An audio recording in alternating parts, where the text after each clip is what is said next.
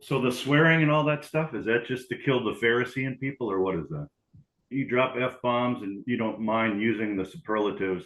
So is it to kill the Phariseeism in people? Well, maybe there is an element of that. I go more the Gary Vee approach to it, where I do realize I have to be very tactical with my fucks when I drop them for sure. There's also a high element of authenticity.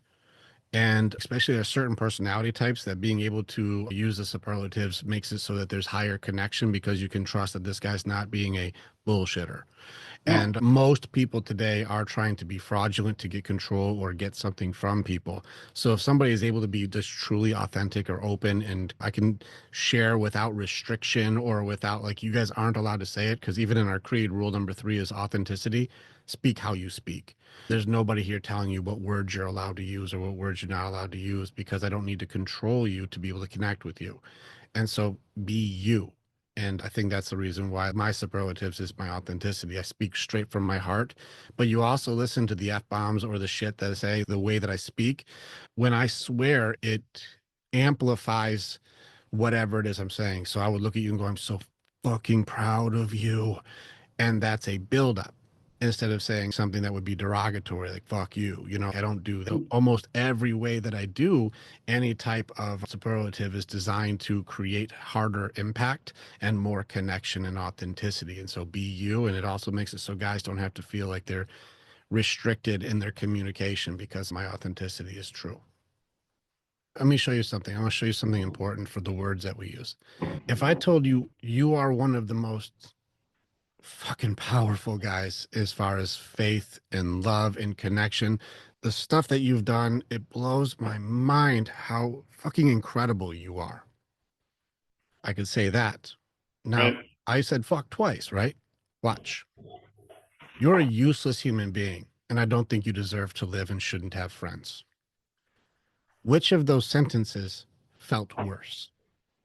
The second Obviously. one, I said no bad words. Which of those sentences felt worse?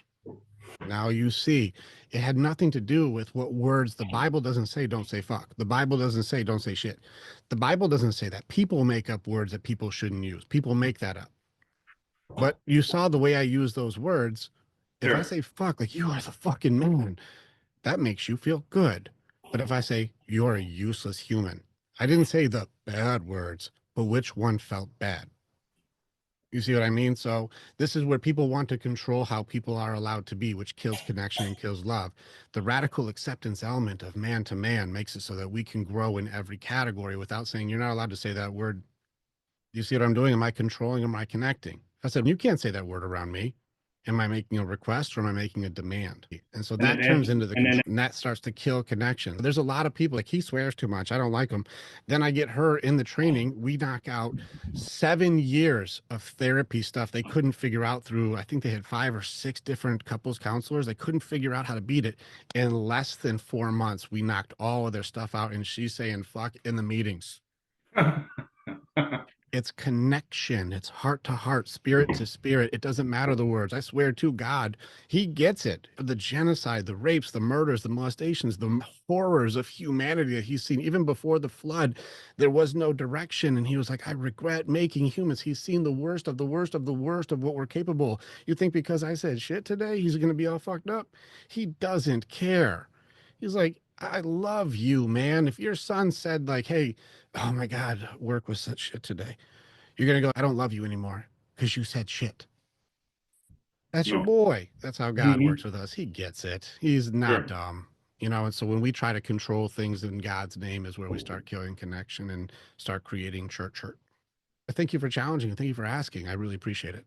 That's a good question, man. I think a lot of people don't really understand that because we'll create a judgment before we ask. And I'm really honored that you asked.